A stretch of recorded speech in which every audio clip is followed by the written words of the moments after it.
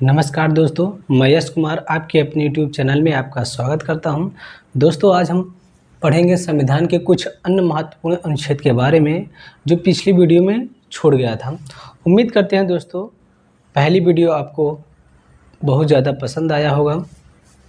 आज हम बात करते हैं दोस्तों जो महत्वपूर्ण अन्य अनुच्छेद थे जो छूट गए थे उनके बारे में हम आज बात करेंगे और कोशिश करेंगे दोस्तों यहीं पर जितने सारे अनुच्छेद हम याद हो जाएंगे।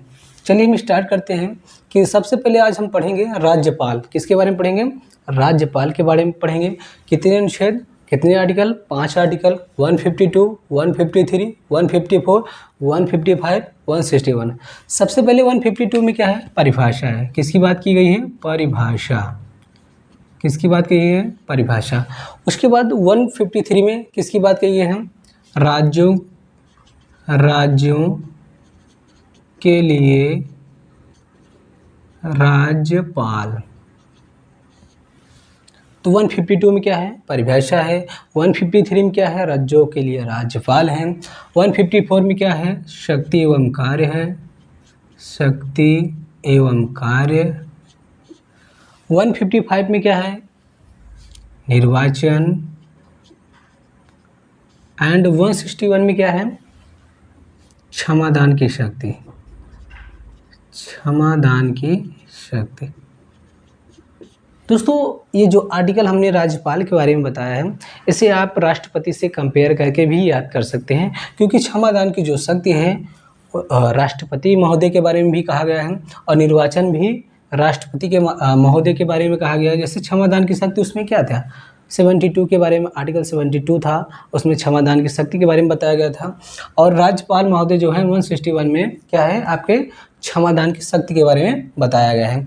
चलिए उसके आगे चलते हैं दोस्तों मंत्रिपरिषद के बारे में, जिसमें हमें 3 आर्टिकल पढ़ने हैं, 163, 164 एंड 165। 163 में क्या है आपका?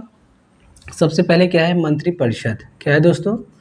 मंत्रिपरिषद। मंत्रिपरिषद जिस प्रकार से केंद्र सरकार में आपका एक मंत्रिपरिषद होता था उसी प्रकार से आपका राज्य सरकार में क्या होगा? एक मंत्रिपरिषद होगा। और उसके हेड कौन होंगे? आपके मुख्यमंत्री। कौन होंगे? मुख्यमंत्री। जिस प्रकार से हमने आपको बताया था ना कि केंद्र सरकार में आपका एक क्या होगा? मंत्रिपरिषद होंगे और उनके हेड कौन होते हैं? प्रधानमंत्री। उसी प्रकार से राज्य सरकार में एक मंत्रिपरिषद होगा, उनके हेड कौन से होंगे? मुख्यमंत्री होंगे। और 165 में क्या है? महाधिवक्ता। क्या है? महाधिवक्ता। दोस्तों उसमें भी क्या थे? महान्यायवादी थे और इसमें क्या है? महाअधिवक्ता हैं। ये बहुत ही इंपॉर्टेंट आर्टिकल है, कई एग्जाम में पूछा जा चुका है कि महाअधिवक्ता किस आर्टिकल्स में है? तो 165 में है। और ये भी पूछा जा चुका है कि आर्टिकल 161 में क्षमादान यानी राज्यपाल को क्षमादान की शक्ति किस आर्टिकल से में है? तो कौन सी आर्टिकल से दोस्तों? 161 में। किस आर्टिकल में है? 161 में। यानी राज्यपाल को क्षमादान की शक्ति किसमें प्राप्त है? 161 में। अब दोस्तों बात करते हैं राज्य विधानमंडल। किसकी बात करते हैं? राज्य विधानमंडल के। राज्य विधानमंडल में हमें 3 पढ़ने हैं, 168, 170, 171। 3 आर्टिकल हमें पढ़ने हैं। 168 में क्या है? विधानमंडल होगा। क्या होगा? विधानमंडल। विधानमंडल। और 170 में क्या है? विधानसभा। विधानसभा। और 171 में किसकी बात कही है? विधान परिषद। विधान परिषद। दोस्तों जिस प्रकार से हमारे केंद्र सरकार में एक संसद होती थी, लोकसभा होता था, राज्यसभा होता था, उसी प्रकार से हमारे राज्य सरकार में एक छोटी सी संसद होती है, जिसमें सबसे पहले क्या होता है? आपका विधानमंडल होता है, उसके बाद विधानसभा होता है, उसके बाद विधान परिषद होता है। देखिए दोस्तों, ये विधानसभा हमने पहले क्यों लिख दिया है? विधान परिषद को हमने पहले क्यों नहीं लिखा है? क्योंकि विधानसभा सभी राज्यों में लागू होता है, विधान परिषद किन्हीं राज्यों में, केवल 7 राज्यों में अपनाया गया है, सभी राज्यों में नहीं अपनाया है, इसलिए विधान परिषद को यहाँ पर लास्ट में लिखा गया है। ठीक है, अब आगे चलते हैं दोस्तों हाई कोर्ट यानी उच्च न्यायालय के बारे में। जिस प्रकार से हम केंद्र सरकार में आप किसका? सुप्रीम कोर्ट के बारे में पढ़े थे, उसी प्रकार से हम यहाँ पर क्या पढ़ेंगे? हाई कोर्ट यानी उच्च न्यायालय के बारे में पढ़ेंगे, जिसमें अनुच्छेद 214 है यानी 214 है और अनुच्छेद 216 है, अनुच्छेद 231 है। चलिए 214 के बाद 14 के बारे में बात करते हैं। इसमें क्या है दोस्तों? राज्यों के लिए हाई कोर्ट की व्यवस्था। किसकी दोस्तों? राज्यों के लिए हाई कोर्ट की व्यवस्था। और आर्टिकल 201 में क्या है? अनुच्छेद 216 में क्या है दोस्तों? इनके गठन के बारे में बताया। किसके? हाई कोर्ट के गठन के बारे में बताया गया है। और आर्टिकल 231 के बारे में क्या है दोस्तों? दो या दो से अधिक राज्यों के लिए एक हाई कोर्ट, एक उच्च न्यायालय। दोस्तों ये बहुत ही इंपॉर्टेंट का ये बार ये एग्जाम में पूछा जा चुका है कि दो या दो से अधिक राज्यों के लिए एक हाई कोर्ट की व्यवस्था किस आर्टिकल में की गई है? तो आर्टिकल 231 ये 231 के बारे में कहा गया है। या आपसे ऐसा भी पूछा जा सकता है कि अनुच्छेद 2 से 31 में क्या है? तो दो या दो से अधिक राज्यों के लिए एक हाई कोर्ट की व्यवस्था की गई है। तो आपको ये हाई कोर्ट के बारे में 3 अनुच्छेद याद रखना है। अनुच्छेद 214 राज्यों के लिए हाई कोर्ट की व्यवस्था है, और अनुच्छेद 216 में गठन किया गया है, और अनुच्छेद 231 में दो या दो से अधिक राज्यों के लिए एक हाई कोर्ट की व्यवस्था की गई है। चलिए दोस्तों, कुछ केंद्र और राज्य के संबंध के बारे में बताया गया है। इसमें जो भी आर्टिकल्स है वो तो काफ़ी इंपॉर्टेंट है। ये तो कई सारे एग्जाम में पूछे जा चुके हैं जो केंद्र राज्य संबंध के बारे में है। इनको हम थोड़ा अच्छे से पढ़ेंगे और यहीं पर याद करने की कोशिश करते हैं। तो दोस्तों जहाँ तक हम पढ़ चुके हैं थोड़ा एक बार रिकॉल कर लेते हैं। जैसे हमने राज्यपाल के बारे में पढ़ा है, तो 152, 153, 154, 155, 161। सबसे पहले क्या है? परिभाषा है। फिर क्या है दोस्तों? राज्यों के लिए राज्यपाल हैं। फिर शक्ति एवं कार्य हैं। 155 में क्या है दोस्तों? निर्वाचन है। 161 में क्या है? क्षमादान की शक्ति है। तो दोस्तों ये जो क्षमादान की शक्ति है ये वाला आर्टिकल तो काफ़ी ज़्यादा इंपॉर्टेंस है। उसके बाद हमने क्या पढ़ा? मंत्रिपरिषद 163, 164, 165। 163 में क्या है? मंत्रिपरिषद है। 164 में मुख्यमंत्री हैं। 165 में क्या है दोस्तों? महाधिवक्ता है। काफ़ी इंपॉर्टेंट है दोस्तों। ये दोनों अनुच्छेद तो आपको एकदम क्लियर याद ही होने चाहिए। राज्य विधानमंडल के बारे में थोड़ा हम देख लेते हैं, जहाँ जो पढ़ चुके हैं। 168, 170, 171, 168 में विधानमंडल है। 170 में क्या है दोस्तों? विधानसभा है। 171 में क्या है दोस्तों? विधान परिषद है। अब उसके बाद क्या पढ़ चुके हैं दोस्तों? हाई कोर्ट के बारे में, उच्च न्यायालय के बारे में। इसमें हमने क्या पढ़ा है? आर्टिकल 214 यानी राज्यों के लिए हाई कोर्ट की व्यवस्था है। आर्टिकल 216 में क्या है दोस्तों? गठन के बारे में बताया गया है। आर्टिकल 231 के बारे में क्या है दोस्तों? दो या दो से अधिक राज्यों के लिए एक हाई कोर्ट की व्यवस्था है। तो दोस्तों ये जो तीन पे हमने टिक मारा है ये काफ़ी ज़्यादा इंपॉर्टेंस है। ये आपके ऑब्जेक्टिव क्वेश्चन में 100% पूछे जाते हैं। चलिए बात करते हैं केंद्र राज्य संबंध के बारे में, जिसमें हमें ढेर सारे आर्टिकल्स पढ़ने हैं। सबसे पहले क्या पढ़ना है? 249, जिसमें क्या है कि राज्य सूची पर केंद्र द्वारा कानून। इसका मतलब क्या हुआ दोस्तों? कि राज्य सूची पर केंद्र द्वारा कानून, कोई ऐसा कानून जो पूरे देश के लिए हो, तो भले वो राज्य सूची का विषय हो, लेकिन केंद्र उस पर क्या करता है? कानून बना सकता है। यही क्या है? राज्य सूची पर केंद्र द्वारा कानून। कोई ऐसा ही कानून हो जो पूरे देश के लिए लागू हो, तो भले वो राज्य सूची का विषय हो, लेकिन केंद्र उस पर क्या कर सकता है? कानून बना सकता है। अब बात करते हैं दोस्तों 262 की बात करते हैं, जिसमें क्या है? नदी जल विवाद। क्या दोस्तों? नदी जल विवाद। दोस्तों नदी जल विवाद है। और 263 में क्या है दोस्तों? अंतर्राज्यीय परिषद। दोस्तों इन दोनों को हम अलग याद करेंगे। कैसे? 262 में क्या है? नदी जल विवाद। पहले क्या होगा? आपस में नदी जल विवाद होगा एक दूसरे से। फिर 263 क्या होगा? अंतर्राज्यीय परिषद का मतलब क्या होता है दोस्तों? जो विभिन्न राज्यों के जो मुख्यमंत्री होंगे वो एक जगह क्या होंगे? इकट्ठे होकर आपस में क्या करेंगे? बात करेंगे, यानी उसके समझौते की बात करेंगे। उसी को हम क्या करते हैं? अंतर्राज्यीय परिषद की बात करते हैं। तो आपको सिर्फ इतना याद रखना है दोस्तों कि अनुच्छेद 262 या आर्टिकल 262 में क्या है? नदी जल विवाद। आपसे डायरेक्टली ऐसे क्वेश्चन पूछा जाएगा ऑब्जेक्टिव क्वेश्चन के रूप में। और 263 के बारे में पूछा जाएगा अंतर्राज्यीय परिषद। अब बात करते हैं दोस्तों आर्टिकल 266 यानी 266 के बारे में बात करते हैं दोस्तों। इसमें क्या है दोस्तों? संचित निधि का मतलब क्या हुआ दोस्तों, जहाँ पर पैसा इकट्ठा किया जाता है दोस्तों, पैसा रखा जाता है, उसी को हम संचित निधि बोलते हैं। बस एकदम साफ भाषा में समझना है कि जहाँ पर सारा पैसा इकट्ठा किया जाता है उसी को हम संचित निधि कहते हैं। लेखा जोखा यहाँ पर रखा जाता है। तो संचित निधि आपसे डायरेक्टली पूछेगा कि संचित निधि किस आर्टिकल में है दोस्तों, तो 266। अब बात करते हैं आर्टिकल 267 आकस्मिक निधि। आकस्मिक निधि, अब आकस्मिक से आप समझ गए होंगे दोस्तों, जब कहीं पर अति आवश्यक है चीज़ की आवश्यकता होती है तो वहाँ पर क्या होते हैं, आकस्मिक निधि से क्या होता है, पैसा निकाल लिया जाता है। आकस्मिक का मतलब क्या होता है कि जब अचानक पैसे की आवश्यकता हो जाए तो इस निधि से क्या होता है, पैसा लिया जाता है, यानी सरकार लेती है, हम लोग नहीं लेते हैं, सरकार ले जाती है पैसे। अब बात करते हैं दोस्तों अनुच्छेद 280 के बारे में, जिसमें क्या है, वित्त आयोग। क्या है दोस्तों, वित्त आयोग। तो ये डायरेक्टली ये क्वेश्चन तो कई बार पूछा गया है, तीनों क्वेश्चन कई बार पूछे गए हैं दोस्तों कि 266 में क्या है, संचित निधि है, और 267 में क्या है दोस्तों, आकस्मिक निधि है, और 280 में क्या है दोस्तों, वित्त आयोग, और 312 में क्या है दोस्तों, अखिल भारतीय सेवा। क्या है दोस्तों, अखिल भारतीय सेवा। और 315 में क्या है दोस्तों, यूपीएससी, जिसके लिए बहुत सारे बच्चे क्या करते हैं, तैयारी करते हैं यूपीएससी। कोई जाके दिल्ली में तैयारी करता है, कोई इलाहाबाद में के तैयारी करता है, कोई कहीं पे जाकर तैयारी करता है। तो दोस्तों एक बार इसे रिकॉल कर लेते हैं कि अनुच्छेद 249 में क्या है दोस्तों, राज्य सूची पर केंद्र द्वारा कानून बनाया जा सकता है। ठीक है, जब ऐसा कानून हो कि पूरे देश के लिए हो, उस पर भले ही राज्य सूची का विषय हो, केंद्र द्वारा उस पर कानून बनाया जा सकता है।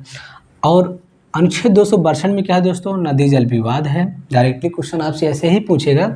और 263 में क्या है दोस्तों, अंतर्राज्यीय परिषद के बारे में बताया गया है। और 266 के बारे में क्या बताया गया, तो संचित निधि यानी पैसे वैसे के बारे में। अनुच्छेद 267 आकस्मिक निधि के बारे में बताया गया है दोस्तों। 280 वित्त आयोग, ये क्वेश्चन तो कई बार पूछा गया है दोस्तों कि वित्त आयोग किस अनुच्छेद में है, तो आपका आर्टिकल क्या होगा, 280 यानी 280। और अनुच्छेद 312 में क्या है दोस्तों, अखिल भारतीय सेवा है। और 315 में क्या है दोस्तों, यूपीएससी के बारे में बताया गया है। अब बात करते हैं दोस्तों निर्वाचन आयोग, इसमें हमें एक ही आर्टिकल्स पढ़ने हैं। अनुच्छेद 324 निर्वाचन आयोग। क्या है दोस्तों, निर्वाचन आयोग। आपको पता है दोस्तों, जितना भी इलेक्शन की जिम्मेदारी होती है वो किसके ऊपर होती है दोस्तों, निर्वाचन आयोग। जितने भी चुनाव की जिम्मेदारी होती है किसके जिम्मेदार होते हैं दोस्तों, निर्वाचन आयोग। ये किस में है, अनुच्छेद 324 में। ये बहुत ही इंपॉर्टेंट है दोस्तों, कई बार ये क्वेश्चन पूछा गया होगा कि अनुच्छेद 324 में क्या है, तो निर्वाचन आयोग के बारे में बताया गया है दोस्तों, या निर्वाचन आयोग किस अनुच्छेद में बताया गया है, 324। अब बात करते हैं दोस्तों एससी और एसटी के बारे में। ये तो कई समय थोड़ा सा हम चर्चा कर लेते हैं कि एसटी और एसटी के बारे में अनुच्छेद में क्या बताया गया है, संविधान में उनके बारे में क्या लिखा गया है। तो इनके कुछ आर्टिकल से दिए गए हैं जिनके बारे में हमें पढ़ना है। जैसे अनुच्छेद 330 है। अनुच्छेद 330 में क्या है दोस्तों, इनका जो क्राइटेरिया है, इनको कुछ आरक्षण प्रदान है। किसमें आरक्षण प्रदान है दोस्तों, सबसे पहले हम बात करते हैं जो 330 आर्टिकल्स है, ये लोकसभा में क्या है दोस्तों, लोकसभा में एससी या एसटी को आरक्षण प्राप्त है। इसका मतलब क्या हुआ दोस्तों कि लोकसभा में कुछ सीटें एससी और एसटी के लिए क्या होती है, रिजर्व होती है आरक्षण के थ्रू। अब बात करते हैं 332 में क्या है दोस्तों, जिस प्रकार से लोकसभा में उसी प्रकार से विधानसभा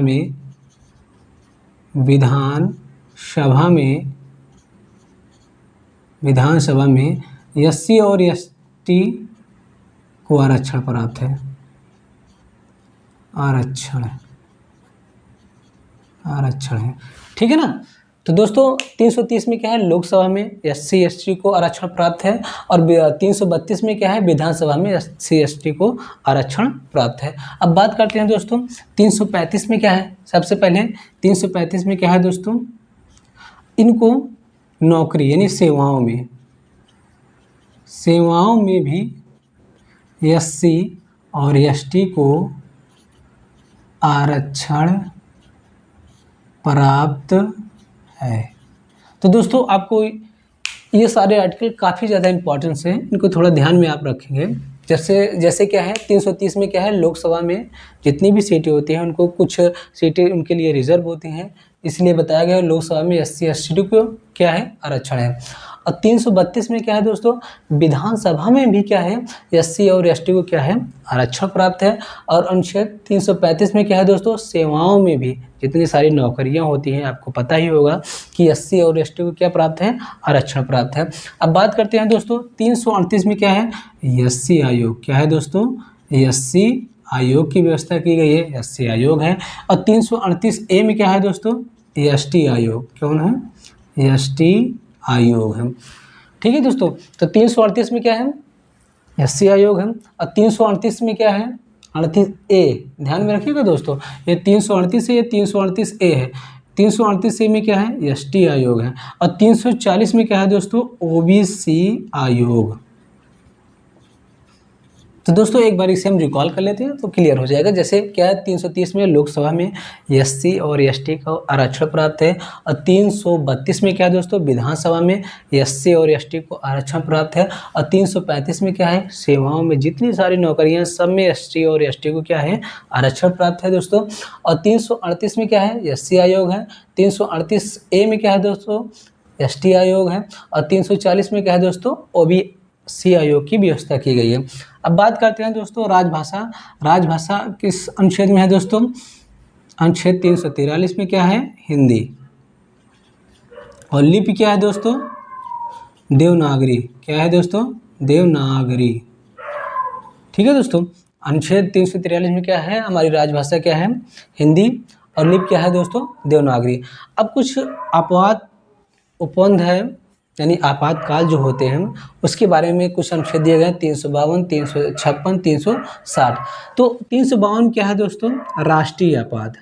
क्या है दोस्तों, राष्ट्रीय आपात।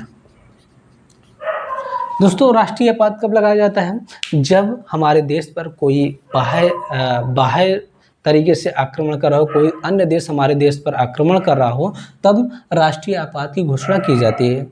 ठीक है दोस्तों, हमारे देश पर कोई अन्य देश क्या कर रहा हो, आक्रमण कर रहा हो, ठीक है ना, तो हम वहाँ पर क्या लगाया जाता है, राष्ट्रीय आपात की उद्घोषणा की जाती है।